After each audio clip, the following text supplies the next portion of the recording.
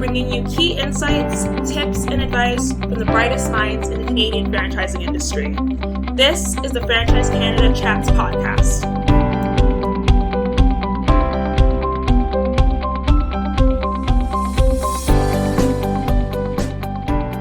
Welcome to the Franchise Canada Chats podcast, where we take you into the world of franchising. Our interviews are with franchisors, franchisees, and industry leaders who give on-the-pulse expert advice and insight. I'm your co-host, Kristen. And I'm your co-host, Trisha. And today we have a special bonus episode with Peter van Stralen as you prepare for Season 2 of the podcast. Peter created the culture of C.A.R.E. and was the CFA's 2019 convention closing keynote speaker. His passion for creating remarkable experiences carries over into his personal life, including epic family road trips across the globe. In this episode, we discuss why he chose to franchise with the Ground Guys, what were some of the challenges he faced early on running a business, and where the idea of the culture of C.A.R.E. came from. So without further ado, here's our episode with Peter van Stralen. So why don't we just start by having you tell us a little bit about yourself. I know that you got into business at a young age with your brothers. Can you tell us a little bit about that and how that led to the Ground Guys? Yeah, you're right. I was about 17, my brother was 18, and we got into business. We didn't have any money, so we borrowed a lawnmower off my dad and we started mowing lawns in our local neighborhood. And from that small beginning, and I guess a lot of kids have that experience. They mow lawns maybe while they're going to school or to earn a little bit of money on the side. So that's pretty common, but we were able to grow it and keep it going and really turn it into a business. And then at one point, we began franchising. And so that's our story very in a nutshell. So we found success in having small business, but it was a long journey. I always describe it as chapters. So I really started with the first chapter of my career, just being a laborer and pushing a lawnmower, and then going through the various chapters, learning about business and how to, franchising came out of all that learning, and then franchising was an amazing experience. And we ended up then selling our business or getting acquired by a private equity firm and becoming part of a larger organization. So it's kind of an entrepreneurial dream. Yeah, for sure. And where did the idea of culture, the idea of C.A.R.E. come in to this? Yeah, so fairly early on, we realized that every company has a culture, whether you're intentional about it or not. It's going to be, if you see a company and people don't get along, well, that's their culture, and it's usually driven by the most contentious person, or if it's a negative culture, and it's driven by the most positive person if it's a positive culture. So we early on figured, we need to really be intentional about our culture and make sure we're clear. And I guess it was when it became most apparent when we began to expand. So when you have a single location, you can control the culture and really drive it by meeting together every morning, and you're meeting face to face with everybody. So the culture is kind of caught even more than it's taught.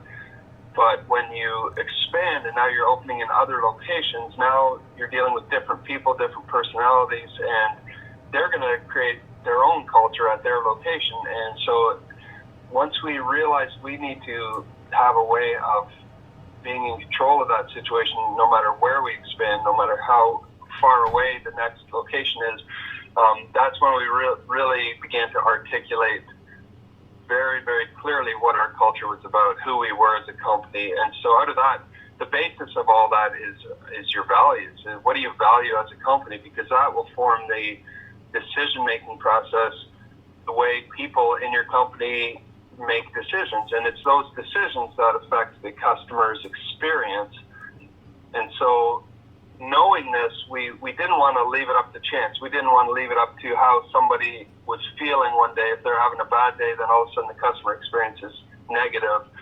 So we wanted to be very intentional about that. So out of that came the culture of C.A.R.E. Now, we had used the word C.A.R.E. in all of our marketing materials. We were in the lawn care or landscape property care business. But we knew we were in the customer care business. So we took the word care and began to formulate some values around that. And the first values we came up with were C stood for customers first, A stood for attitude, R stood for respect, and E for enjoy life in the process. So, and then we started to articulate sub principles. So other principles that were important to us that we wanted to be, the way we do things at our company, the way franchisees would act based on these same values and principles. And the first one was also an acronym for CARE, which was create a remarkable experience, which really became a mindset amongst our employees. You want cultures as good as far as you can get it within your company. The most important people to really buy into your culture are the frontline team members, the people that are servicing and working with the customers on a daily basis. A lot of companies can really go to work and say, yeah, culture is an important thing, and I need to have my values clearly articulated, and they might hire a consultant or something and get them written down and then check that item off a list. But it needs to go much, much deeper than that. For values to have an effect, to be real, to result in a remarkable customer experience, those values and that culture has to be inculcated across your entire organization, not just the executives in their office, not just the owners of the franchisees, of the franchise units, but every single person that works for that company. So it became something that we focused a lot of attention on. And instilling that culture doesn't just happen overnight. So how did you guys go about creating that culture of care throughout the entire company? And what do you tell franchisors or business leaders today and how they can do the same in their own company? Yeah, that's incredibly important. A couple of things. One, you need to make it top of mind. It really culture can't be an afterthought or something you do, on a once a year on an off-site convention or something. It has to be something that you do every day. It has to be something you talk about every day. So we were in the business of mowing lawns and plowing snow and keeping people's properties beautiful. But when people asked us what we did, we talked about our job, our mission is to share the culture of care. And they'd say, oh, what's that about? We were all about our culture, all about care. So it was more, and then a byproduct is the service that we do. So yes, we mow lawns, but that's not really who we are and why we do what we do. We're about creating a culture of care in our organizations, and then it spills out into the communities in which we operate. And it all begins with taking care of our employees, our colleagues, each other as franchisees. So we get away from this us versus them mentality. We're all in this together. So the culture starts with our colleagues, and then it flows into it results in a great customer experience, because if you take whatever culture you create for your employees, they will replicate that in front of the customer. If you have a negative culture with your employees, that it's going to be a negative customer experience. If you have a positive and nurturing and very caring culture with your employees, they in turn will replicate that with the customer. So a couple of ways that we kept this top of mind across the organization is by implementing some systems behind it. And any franchisor listening, you understand that systems are critically important in a franchise system. So one system we used is what we created a recruiting tool called the Culture of Care Questionnaire. So we had our 8 principles written out, and these are principles and values that are important to us. And we knew if people adhered to these or were predisposed to these principles, then they would fit nicely into our company, and they would understand the why behind the decision making that we do, behind the way we do things. So we would use that Culture of Care Questionnaire across the board as a way to recruit people to our team. So we needed 2 things. We needed competency, so they need to be good at what they do. But that's something we would rather train them. So we would train the competency, but we also needed character. We needed people that were predisposed and understood our values. So that was the most important. We started with character, and then we trained for competency. And the same in choosing a great franchisee to be part of our team. We always wanted to make sure they were a culture fit and they were a person of character first. And then the competency to run one of our businesses, the skills and so on, that's what we're in the business of teaching. And it didn't hurt if they came with a certain amount of competency, but most important, we always said, was character first, was culture first when hiring or when selecting a franchisee. Because then the basics of how and why we do things is already in place. You know, it's much easier to teach someone how to run a business successfully by using the operating system than it is to try and teach somebody to be a helpful person or to be a happy person or to be a positive person if they've spent their whole life being otherwise. So, we started with one tool is create a recruitment tool or a questionnaire or a way of interviewing people that asks questions that brings out their predisposition to your values. So one of our values was create a remarkable experience. We would ask a question in an interview, you know, in a previous job or business or experience, how have you gone above and beyond to create a remarkable experience for a customer? And if they can come up with all kinds of answers to that question, you're pretty sure that they already get what that means. If they're really stumbling with that, you know, and they're kind of more of a mentality, well, I don't know, we just do the bare minimum, then you know that person might not be a culture fit. And so we had 2 to 3 questions for each value. And so that's an important tool. And each franchisor could go to work, once you have clarified your values, go to work creating some questions that will help determine a candidate's predisposition to those values. So that's one. Then you're getting culture right immediately when you hire somebody or you invite them into your franchise family. Another one is we used a system called the huddle. And what this did was allow us to reconnect with our culture, with our values every single morning. And not just at corporate, at the home office, we did that with our corporate team, but each and every franchise does a huddle at their location every single morning. And so huddle's an acronym. H in huddle stands for have someone recite our values. So one team member every single morning at every location is reciting our values. And what that does is mentally and emotionally it gets everybody on the team grounded again with who we are as a company and why we do what we do and what's important to us. And then U in huddle is update the team. So basically in the corporate setting, we do an update of our dashboards. But in the franchise setting, we would do a uniform check because we made a promise that to our customers that we'd show up in uniform. So that was U in huddle. The first D in huddle was discussed yesterday. That allowed our team members to have a voice and to be heard. So they're not just going out all day mowing lawns or any service business. You think about it, someone making pizzas all day or cleaning apartment buildings or whatever your franchise service or product is, your team members need to be heard and they have ideas, and when they feel like they're part of the team, they really feel like a human being rather than just a robot out there working every day. So that's the first D in huddle, was just a quick glance around the room and ask anybody if they had anything to share with the team or they learned something new. Then the second D in huddle was discussed today, and that's just a quick opportunity to make sure everybody's crystal clear on what they need to do, and if they have any questions, they can ask them. And they will now leave the huddle with clarity on what needs to be done today and what the objectives are. And then L in huddle was listen and share good news. So we would use that opportunity to really get people in the right mindset. You know, they might come into work with a frown on their face because who knows what was going on at home, or maybe they listened to the news on the way in and they got all depressed. But we don't want them to leave to service our customers and represent the brand with a frown on their face. So we wanted to turn that frown upside down, and this was our opportunity to really set the culture for the day. So sharing good news was a great opportunity to get everyone thinking in a positive manner.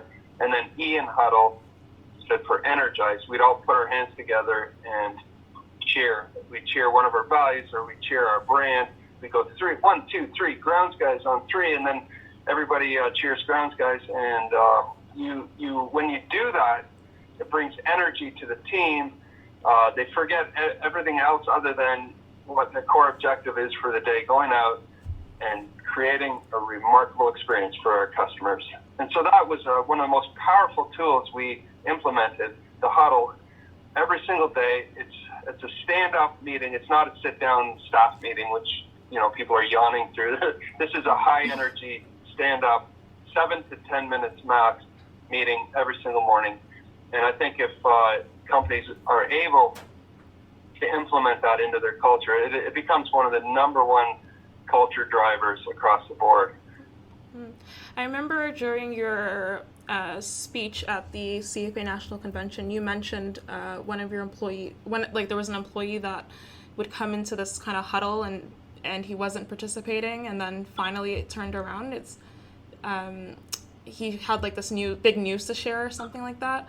Can you share that story with us? I thought it was really inspiring. Absolutely.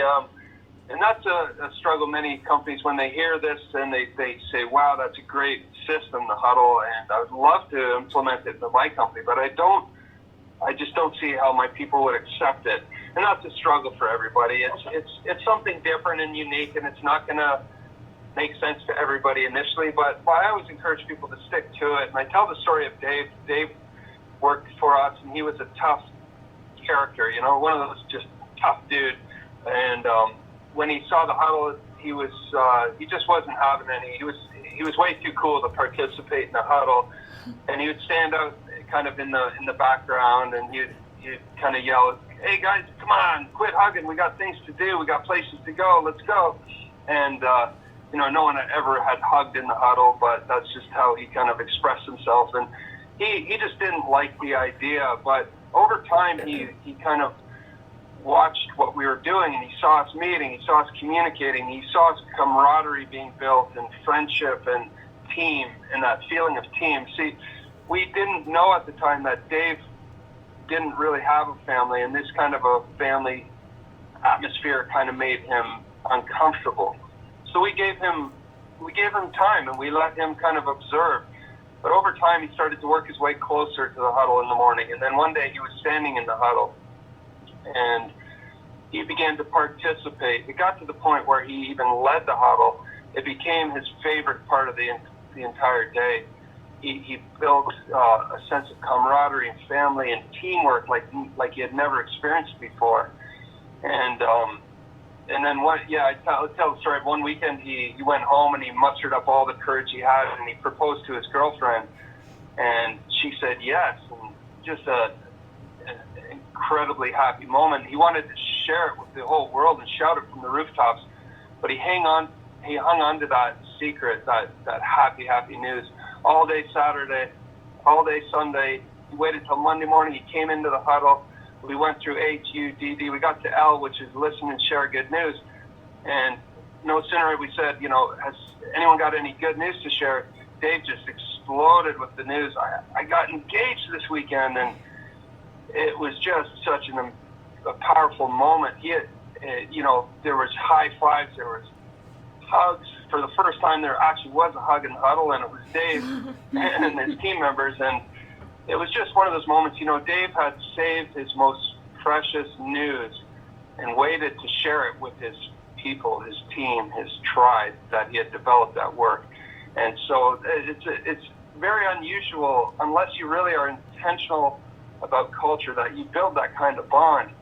And it sets such a powerful team atmosphere, and they're looking out for each other, and they've got each other's backs, and they're willing to save their most precious news to share it with each other in the huddle. And so it kind of becomes the foundation for the culture at your place of work. And right now, so you're no longer with the Ground Guys, but you are an author, you are a speaker, you're an executive coach. You spoke at the CFA National Convention in April. What are you seeing, or what kind of feedback do you get from franchisors about C.A.R.E, and have you heard any stories from business leaders about how they have implemented it in their work culture at all? Yeah, I definitely have. So you're right. I'm a shareholder at the parent company that bought the Grounds Guide, so I'm still involved. in terms of ownership, partial ownership, but I'm not involved in day-to-day anymore, and that frees me up to do what I'm really passionate about, which is being a professional speaker and a coach, and working with other franchise systems to help share some of the tips and tricks and ideas that really worked for us and helped us find success. So especially developing a culture of care around creating a remarkable experience. So that for me is what I really enjoy doing, and speaking at franchise conferences and helping franchisors have their team leave inspired and on feeling like they're part of a team and really energized to go out into the new year. So that's what I work on now. But yeah, I get stories all the time of similar to the stories that we experienced, how once you can inculcate a culture in your company, what a difference it makes. You have less turnover. People are sticking around longer. It's not so hard to find team members, which is a common struggle in business, especially in the service business. The most common thing I hear as I travel around in terms of I ask people what their challenges are, and almost everybody says, well, it's hard to find good people. And if you do find them, then it's hard to keep them around. And so this is become a solution to that problem. And I get the greatest joy when I hear stories back. People have implemented some of these tools like the huddle. They've become more clear on their values. They started to build a questionnaire similar to our culture of care questionnaire, and they now use it across the board. And they're starting to see turnover down. People are sticking around longer. They're enjoying their work. They're loyal to the brand rather than just being loyal to the paycheck. They're seeing an increased net promoter score. Customers are happier because they're getting that remarkable experience. And the whole idea of create a remarkable experience really is, the word remarkable in the dictionary says is something worth remarking about. And we realized at one point we were doing an incredible job. We thought, and we were showing up to a customer's property, and we'd do such a great job. We'd sit back and we'd take pictures and send them to each other and say, hey, look what a great job we're doing. But over time, customers began to expect that great job, because that's why they hire a professional brand. That's usually why so many people do businesses with franchise brands, is because there's a level of expectation that they're going to have a good experience.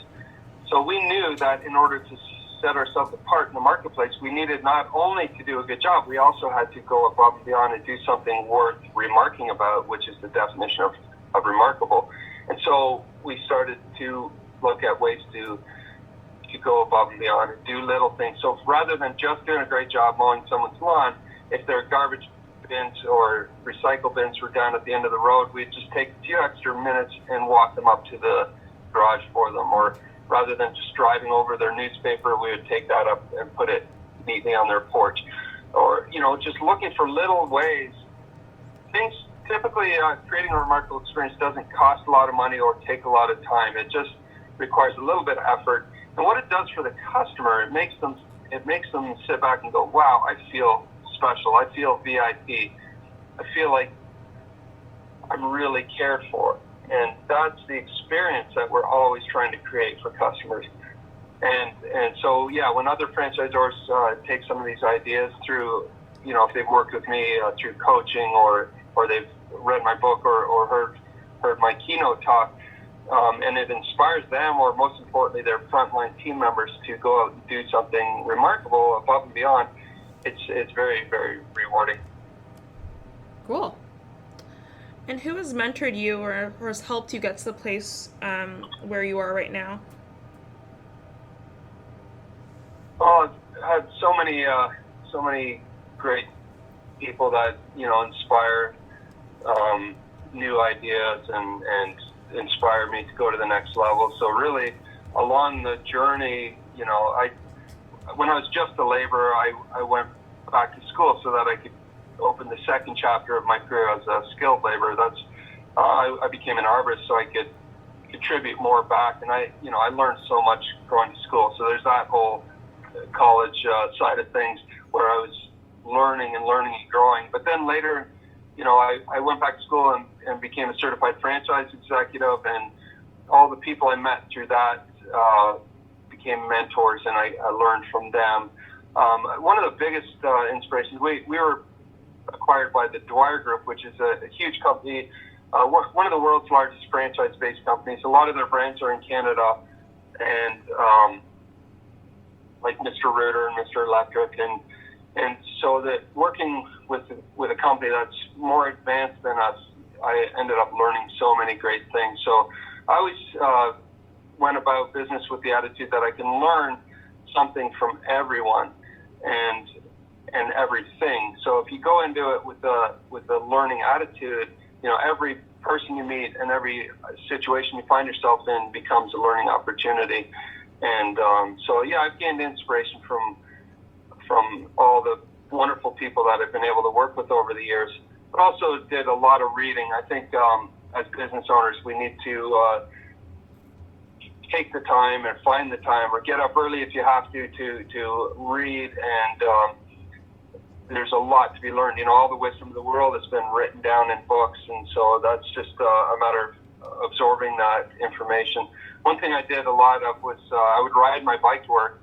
I lived it was about 20 kilometers from my office, and I was able to ride my bike in. And during that hour-long ride, or however long it would take, I would listen to a podcast or an audio book, and so it just really became a source of inspiration and learning. And you've talked before about not just running a family business, because you did start this business with your family, but having a business family. Can you talk a little bit about that distinction? Yeah, for sure. It I don't know if I coined that phrase or not, but it just became clear to me one day, because people were asking me. I grew up in a family business. Me and my brother started it, but over the years, everybody became involved. And my dad kind of ran the office for many years. And way back when we were tiny, my mom answered the phone. And I have 9 brothers, and one by one, each of my brothers came on board.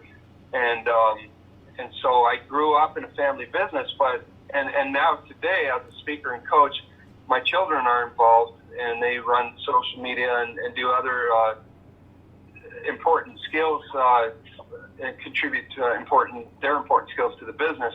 And so somewhere along the line, I learned the distinction between just being a family business and being a business family. And the difference is, when you're a business family, then everybody's on board, and that's what you do. That's a phase or a chapter in your life where that's really what you do. You might talk about they're a golfing family or a hockey family. Well, when I hear that they're a hockey family, and I've met families like that over the years, that they're all really into hockey, and they get up early in the morning and they go to practice and they're into hockey. Well, we were a business family, meaning we get up early in the morning and we focus on business.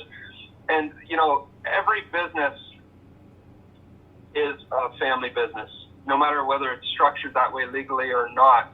And the reason is because business takes so much time, so much effort, and it's so all-consuming that it affects the rest of the family in one way or another, no matter what your family structure is.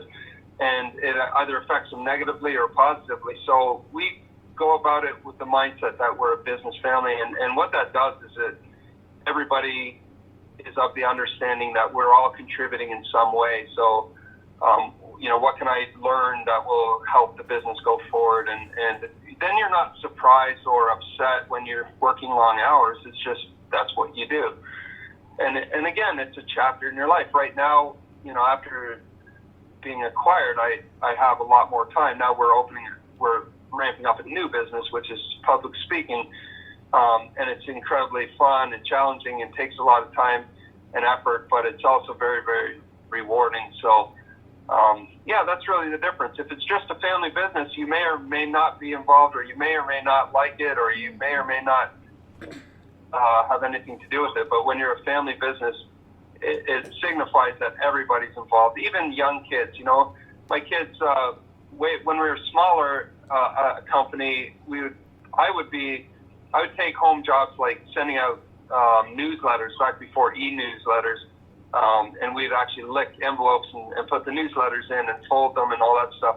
And I'd bring that home in the living room, and the kids just had a ball helping out. They thought they were so important. They're just little guys, and they just, man, they wanted a business card, envelope stuffer. But what it does is it makes them feel like they're a part of the team, So that's kind of the theory behind that. Have you faced any challenges of running a business with your family? Or are there any challenges? Are there any challenges to running a business with your family? Especially because you're traveling as well. Yeah, you mean my current business? Sorry? Or just you mean my current business or just in general? In general, have you come across any challenges just, with your brothers, just because you're brothers type of thing? Or has it been smooth sailing? Oh, no. You're absolutely right. I mean, being in a family business is often more challenging than having all hired people. You're almost forced to get along, and I think that's what made us focus on culture so early on. We have 10 brothers. I have 9 brothers. There's 10 of us, and each one is an individual. Each one has their own ideas, and people can often get the impression, if you sit around a boardroom and someone comes up with an initiative, everybody just nods their heads and agrees, and we sign up and off we go. And it's just not like that.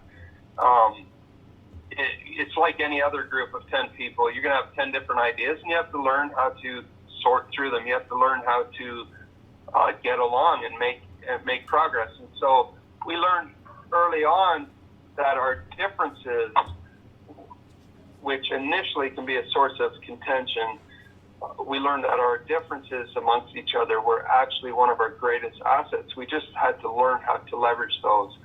So someone in the family is good at this, and someone is good at that, and someone else is better at sales, and someone's better at working in the office, someone's better out in the field. Another person, for instance, I'm the only one that would ever get on a stage of my 9 brothers and talk. Most of them, given the opportunity, would definitely pass it up, whereas I do that now for a living. So we learn to leverage our differences and for the good of the company. Also, when it comes to having different ideas, if everybody's agreeing all the time and you surround yourself with people that are what you might call a yes person, then you could easily go off track and go down the wrong path. And so we always encourage people our brothers to challenge our ideas and share your own idea. And out of that conversation will come the right idea.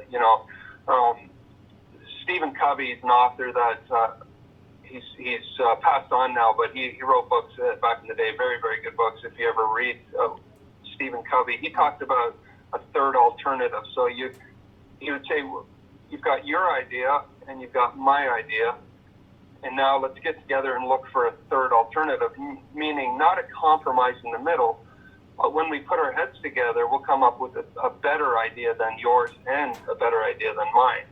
And that's how we kind of approached it, and it really works. Just switching gears here a bit, when you spoke at our convention, you talked a lot about the travels you've been on with your family. And I think you inspired a lot of people with your stories. Can you just talk a little bit about why the importance of traveling so much, especially with your kids and having them see the world? Yeah, for sure. So I talk about dreaming dreams for yourself. We often, as business owners, as executives, can be so focused on our corporate dreams and goals, and that's very, very important. But often we don't give ourselves the privilege or the permission to dream our own personal dreams. And really that's a mistake, and that's a mistake I made for many years. And I was encouraged once in the training program to just put your business goals aside for a minute and write down your personal dreams. And so I wrote down a dream to go on a road trip. I had the opportunity to do a road trip before I was married, and with some of my brothers, we went and saw the great parks, the national parks in Canada and in the U.S. And I wanted to give that to our children. But at the time, I was so busy, I couldn't take 3 days off in a row, let alone take, a long time off. But I wrote it down anyway. I wrote down the dream to take 3 months and go on a road trip. And even though it was impossible, I kept that dream in front of me and my family. So we would share, as often as we shared our corporate goals together at work with the executive team and so on, I would take home that same idea and share our personal goals and dreams as a family. And so when the opportunity came after the acquisition of our business, I had more time than I had ever had in my career. And so my wife and I got together and said, hey, it's now or never. Are we going to do that dream? And we took that sticky note off the mirror that had the dream written on it, and we embarked on this journey, and we just went. And we thought it would be a 3-month road trip. That's what our dream was. And at the end of 3 months, we asked the kids if they were still having fun, did they still want to keep exploring, did they want to get back to normal life, and they just really wanted to keep going. They loved what we were doing. They had so many more places they wanted to see and things they wanted to experience. And so we carried on, and we're now in our 4th year, believe it or not, and still enjoying ourselves and living kind of an alternative lifestyle. But the nice thing is my speaking and coaching allows me the freedom of being non-location specific. I don't have to be in one place, and I can do it from wherever we are. And if we're traveling and we're in a city, I fly out from that city and do my talk, and then when I return, we carry on our journey. And so we've had all kinds of experiences around the world, and been able to experience new cultures and learn about other religions and the way people live in other parts of the globe. And it's just been such a great education for the children. They're getting educated on the road through online school and following the curriculum that way. So they do that online. But the real education has been what we've learned on the road and out in other countries and from other peoples. And yeah, it's just been an incredible journey so far. And are you actually speaking all over the world, or is it mostly Canada and the U.S.? Mostly Canada and the U.S. right now, but we're starting to get interest from other countries. So just trying to figure out the logistics of making that happen while we're there. If you met yourself again when you first started the business, what advice would you give yourself? Any sort of advice, or do anything over again? I think so. Had earlier on, had I started doing more reading and being more involved in associations like the CFA, or we had our own trade association, Landscape Ontario, I probably would have shortened my learning curve, or I would have found the inspiration earlier that I eventually found over time. So you can tighten up the whole process, I guess, by being more hungry to learn I could have anyway in the early stages. So my one of the things I would tell my early self is, hey, every opportunity you have, start reading and studying what other successful people have done, and I think that would have shortened the learning curve. But I'm happy the way things turned out. But you can always improve and grow. So that would definitely be one of the things I would tell my early younger self. Do you have any advice for a franchisor who's just starting out on how they can go about running their business efficiently? There's a lot. I developed a program. There's a lot of people ask me, how did you take a single location company and turn it into a multi-location franchise system? And so I got asked that question so many times. I really began to study what some of the key things were that we did over time. And I came up with what I call the C6 program. So it's the first C in C6 is culture, which we've already talked about. That's critical. That's one of the first things you need to have a good grasp on before you, or when you're a young franchisor or an emerging franchisor, just getting started. Before you get too big, make sure you have a good grasp on your culture, and that you get some of the programs going that I talked about, where it's it'll allow you to expand without losing your core, your kind of DNA.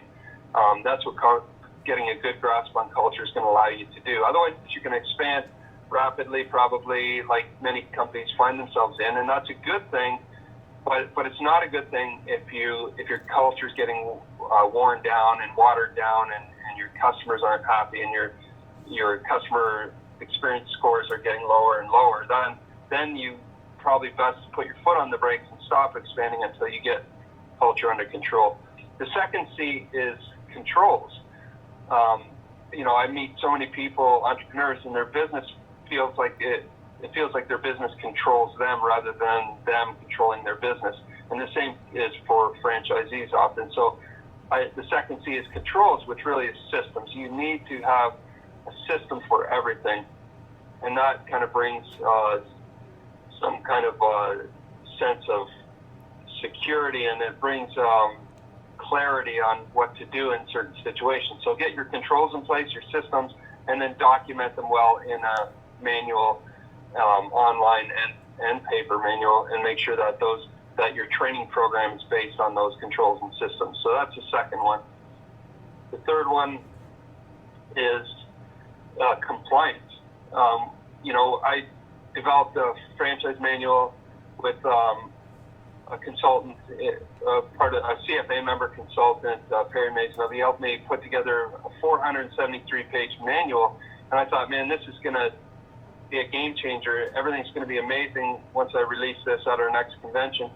And then I started traveling around to franchise locations, and the manual's, collecting dust on a shelf or being used as a door stopper. And I realized without compliance to those systems, they're just words. And so you need to learn as a franchisor how to achieve compliance, but don't make the mistake we did. Initially, the mistake we made was to send out the brand police, send people out there with a checklist saying, here's where you're going wrong, here's where you're going wrong, you're not doing this right.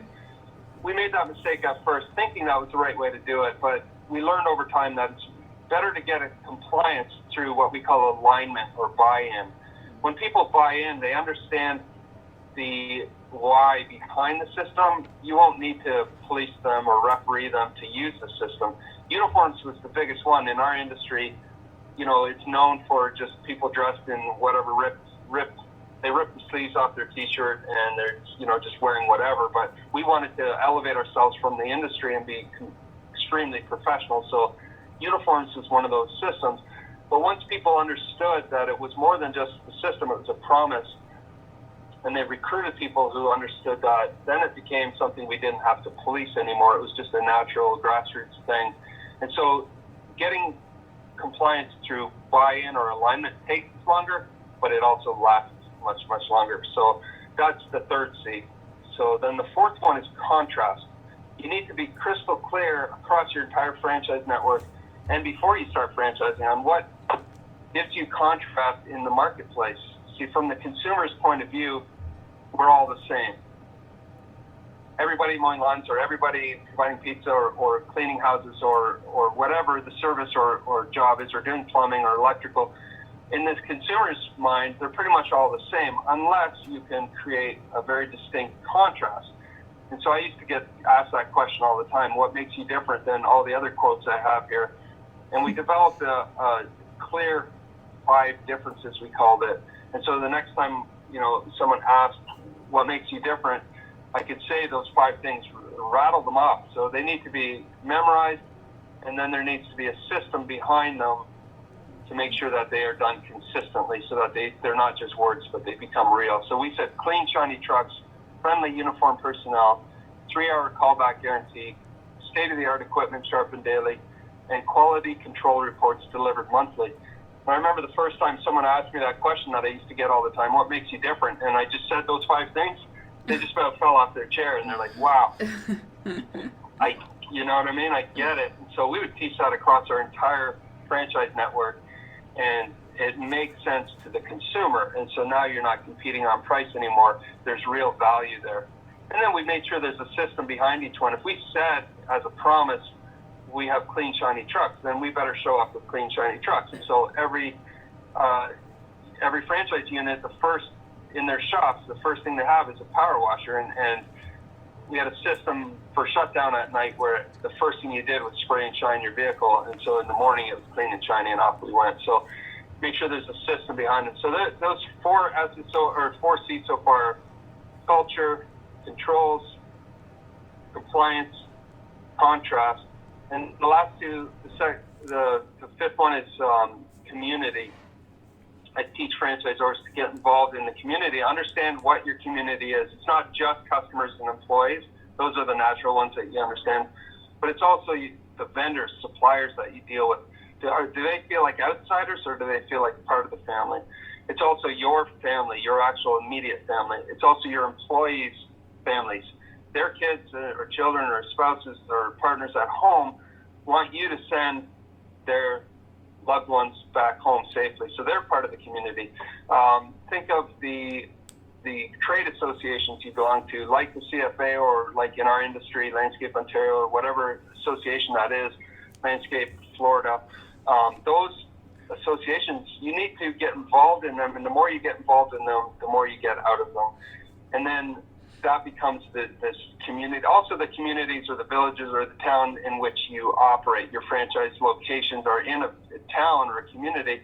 If you get involved in that community, it pays back huge dividends. So we try to plant a tree out of school and then educate the kids for free, and give them some education on the benefits of trees in the environment, or whatever. We do whatever we can to get involved in our communities. And it just started to make a huge, huge difference. So the final C, the last one, is clout. And clout is seen as respect or influence. And so if you're doing all these other things right, over time you begin to build clout in the marketplace, which is influence. And then you got to learn how to leverage it by telling your story. And, I learned how to do that. One of the most powerful examples was when the CFA, Franchise Canada magazine, reached out to me. They wanted to do an article, and so I told our story, not just what we did, but who we are, what our values are. And that story went on to do all kinds of great things for us and get us all kinds of great exposure, including it was the story that got us in touch with the Dwyer Group, which became a big part of our history and ended up in an acquisition, so a very beneficial acquisition. So learning how to tell your story is important. We ended up doing some TV shows that got us national coverage, including in the States, which we were on Undercover Boss. Our brand, our lawnmowers, our brand was on Undercover Boss and got over 30 million viewers. So clout is a very powerful thing. Awesome. You learn how to tell your story. And so that's kind of the C6 formula, and I followed each of those. We all did over the years. That's what helped us grow from a single location to a large franchise system. Awesome. So what's next for you in your business, I guess? So I'm doing a combination of continuing to travel with my family, and the kids are actually building a YouTube business, which when I was growing up, there was no such thing. It's still hard for me to wrap my mind around that whole concept. But they developed a YouTube channel called Epic Family Road Trip. And awesome. They're starting, and they've taught themselves skills like editing and videography and how to work social media and build a channel and be an influencer, I guess, in that market. And so they're also finding opportunities now to work with brands and rep their products, doing all kinds of stuff. So that who knew there's a whole business life around YouTube, and so that's keeping the kids busy, and they're having a lot of fun with that. So that's Epic Family Road Trip. And so as we continue to do adventures together, I'm also doing my number one passion. It's always been to share the culture of care, and I first did that within our own business. That helped us grow a franchise system, and now I get to do it with many, many businesses, franchise businesses and otherwise, and just inspire people and help them develop a great culture within their franchise system. And that for me is very rewarding, and I absolutely love doing it. I would do it for nothing. I probably shouldn't say that on here because franchisors say, hey, why don't you come do it for nothing? I would do it for nothing, but I can't do it for nothing because it takes money to build a movement. And for me, it's more of a movement than a business. the world needs more care. The world needs more love, more environments at work, especially, that are more nurturing rather than, so many people go to work and all day, and we all work so hard and we're involved in work so much in our lives, and then they come home at night just drained and exhausted, and they feel like the life was sucked out of them. And I'm really on a mission to change that. I want people to go to work and come home feeling energized because of the environment they work in, to come home feeling like life has been put into them because of what the company they work for stands for, and the significance they feel at work because they've been able to be part of a company that doesn't just mow lawns or doesn't just do electrical work. We're much, much more than that. We care. We care for the communities in which we operate. We care for our fellow people at work and at home, and it spills out much. It starts with treating each other right as the employee and employer relationship, but it goes far beyond that. It goes to the customers, and then you put a smile on their face. It goes to the community in which you operate, and you're putting a smile on more people than you even know that you're impacting. So that's the next thing for me, is to continue on sharing the culture of care to as wide an audience as I possibly can. Well, I think that was the perfect way to end the interview, Peter. Thank you. Thank you so much. No problem.